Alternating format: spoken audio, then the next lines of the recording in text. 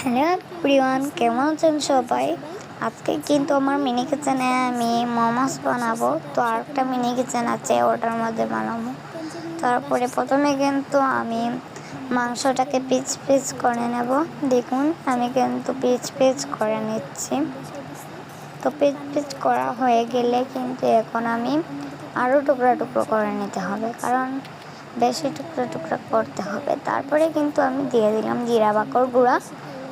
দেখুন, আমি ঢেলে ফেলছি। তারপরে মরিচের গুঁড়ো, টমেটো, লবণ আর রসুন দিয়ে কিন্তু আমি ভালোভাবে ধুয়ে নিলাম। তারপরে আমি এই যে দিয়ে দিলাম। তারপরে আমি ধুয়ে নিলাম। তারপরে এটাকে লবণ দিয়ে দিলাম। দেখুন, আমি ছোটো চামচ দিয়ে দিচ্ছি। দেখুন, আমি দিয়ে দিয়েছি লবণ। তারপরে কিন্তু আমি ভালোভাবে মাখিয়ে ফেলবো। তারপরে মোমোর আটা গুলছিলাম, তো আটাটাকে আমি প্রথমে বেলে নেব।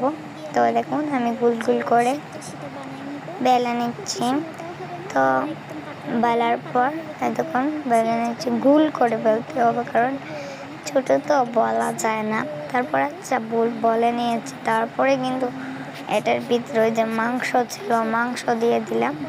মাংস বানাইছিলাম, ওই মাংস দিয়ে দিলাম। তারপরে কিন্তু ভালোভাবে আমি প্যাকেট করে নিলাম, যাতে মাংস বার হয় না তেলের মধ্যে ছাড়লে।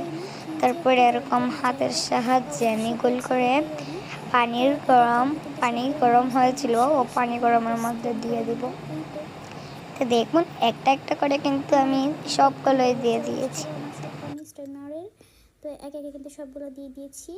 এখন একটু ওয়েট করার পালা। আমি 10 মিনিটের মতো ওয়েট করেছি, যেহেতু অনেক বেশি স্মল সাইজ, তো এটা বেশি টাইম নেয় নাই। আর যদি বড় হইতো তাহলে তো 20-25 মিনিট লেগেই যেত। যাই হোক, এই তো আমার মোমো কিন্তু স্টিম করা শেষ। এখন কিন্তু এটা আমি বেড়ে নিব। আর আমি যে চিলি অয়েল সসটা বানিয়েছিলাম না আজকে, এত মজা হয়েছে। যদি অফ ক্যামেরায় বানিয়েছি, নেক্সট কোনো দিন এই ভিডিওটা আমি করব। এত টেস্টি হয়েছিল, বাসায় বানাইছি যে বোঝাই যাচ্ছিল না, মনে হচ্ছিল একদম রেস্টুরেন্টের কেনার। আমার তো অনেক চিলি অয়েল সস অনেক পছন্দ, আর মোমোর সাথে এটা একদম চুবে চুবে খেতে অনেক বেশি মজা লাগে আমার কাছে। আর সব কিছু মিলাই আজকে মোমোর দেখতে যে কী পরিমাণে সুন্দর সুন্দর লাগতেছিল আমার কাছে, আর খেতেও অনেক বেশি মজা হয়েছিল। আমার শুধু মনে হচ্ছিল আরও কতগুলো বানাইতাম, তাহলে তো আরও অনেক বেশি ভালো হতো। যাই হোক, আমার কিন্তু এই যে সুন্দর করে পরিবেশন করা শেষ। এখন কিন্তু খেয়ে নিবার আমি অনেক পরিমাণ ঢেলে নিয়েছিলাম চিলি অয়েল সসটা।